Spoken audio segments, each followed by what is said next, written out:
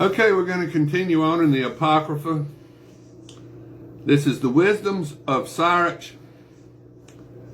chapter 10, verse 5. A man's prosperity is in the hands of the Lord, and he makes his glory rest on the person of the scribe. Do not get angry with your neighbors for any misdeed, and do not gain your end by acts of violence.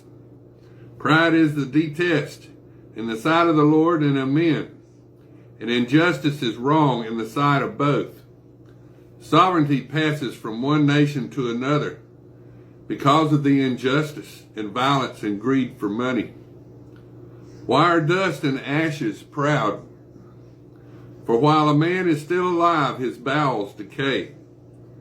There's a long illness, the doctor makes light of it. A man is a king today and dead tomorrow. And when a man dies, reptiles, animals, and worms become his portion.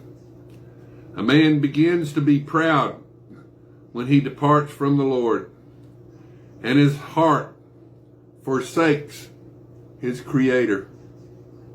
For pride begins with sin, and the man who clings to it will rain down abominations. For this reason, the Lord brings unheard of calamities upon them and overturns them utterly. The Lord tears down the rules, turns down the thrones of the rulers, and seats the humble-minded in their place. The Lord plucks up nations by the roots and plants the lowly in their places. The Lord overturns heathen countries and destroys them down to the foundations of the earth. He takes some of them away and destroys them and makes the memory of them cease from the earth. Pride was not created for men, nor fierce anger for those who are born of women. What is an honorable posterity? A human posterity. What is an honorable posterity? Men who fear the Lord. What is a base posterity?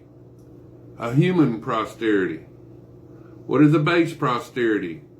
Men who break the commandments. Among his brothers, their leader is honored, and those who fear the Lord are honored in his eyes. Rich and distinguished and poor alike. The glory is the fear of the Lord. It is not right to slight a poor man who has understanding, and it is not proper to honor a sinful man. Prince, judge, and ruler are honored, but none of them is greater than the man who fears the Lord. Free men will wait on a wise servant, and the intelligent man will not object. Do not parade your wisdom when you are at work, and do not commend yourselves when you are in need. It is better to work and have plenty of everything than to go about commending yourself but in want of bread. My child, glorify your soul with meekness and show it such honor as it deserves. Who can justify a man who sins against his own soul? And who can honor a man who disgraces his own life? A poor man is honored for his knowledge. A rich man is honored for his wealth. If a man is honored in poverty, how much more will he be in wealth? And if a man is dishonored when he is rich, how much more will he be when he is poor? The wisdom of a humble person will lift up his head and make him sit among the great. Do not praise a man for his good looks, and do not test a man for his appearance. A bee is one of the smallest of the winged creatures, but what she produces is the greatest of sweets.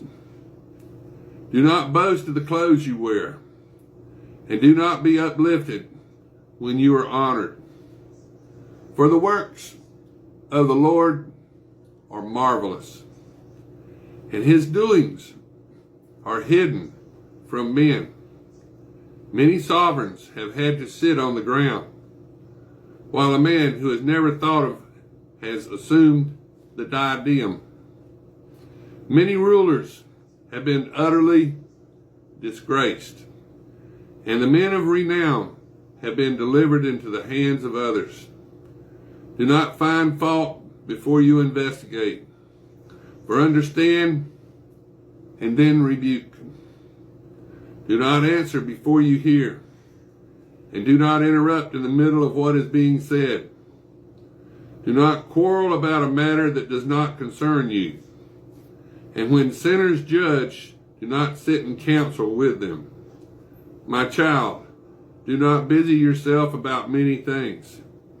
If you multiply your activities, you will not be held guiltless.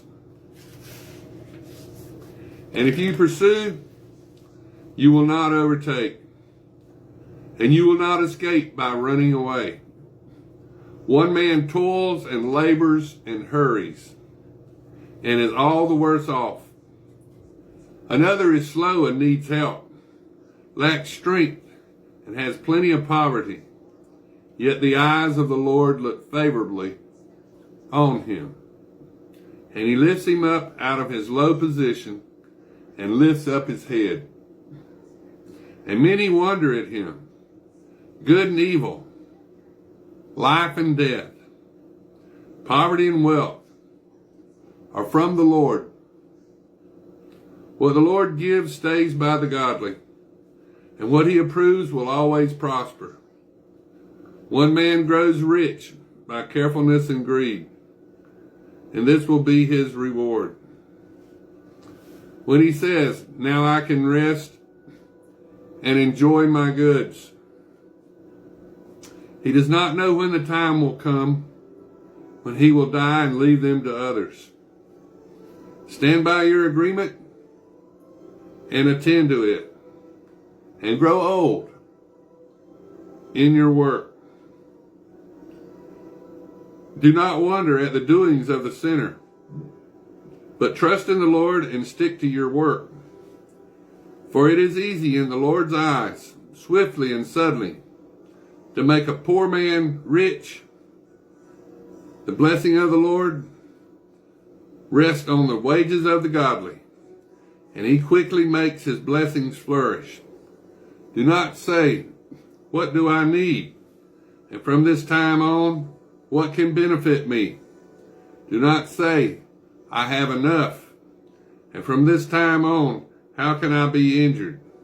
If prosperity one forgets misfortune, for it is easy in the Lord's sight when a man dies to repay him according to his ways. An hour of hardship makes one forget enjoyment. And when a man dies, what he has done is disclosed. Count no one happy before his death, and a man will be known by his children.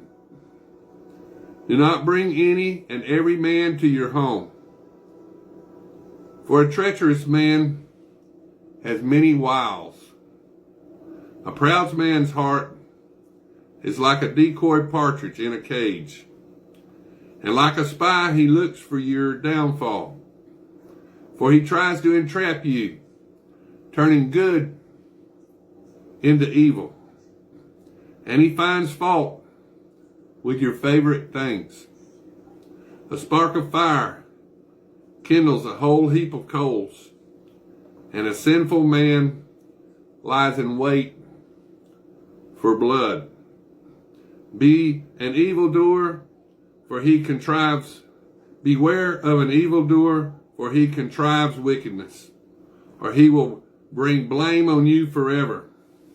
If you entertain a stranger, he will disturb and torment you, and he will estrange you from your home. If you do a kindness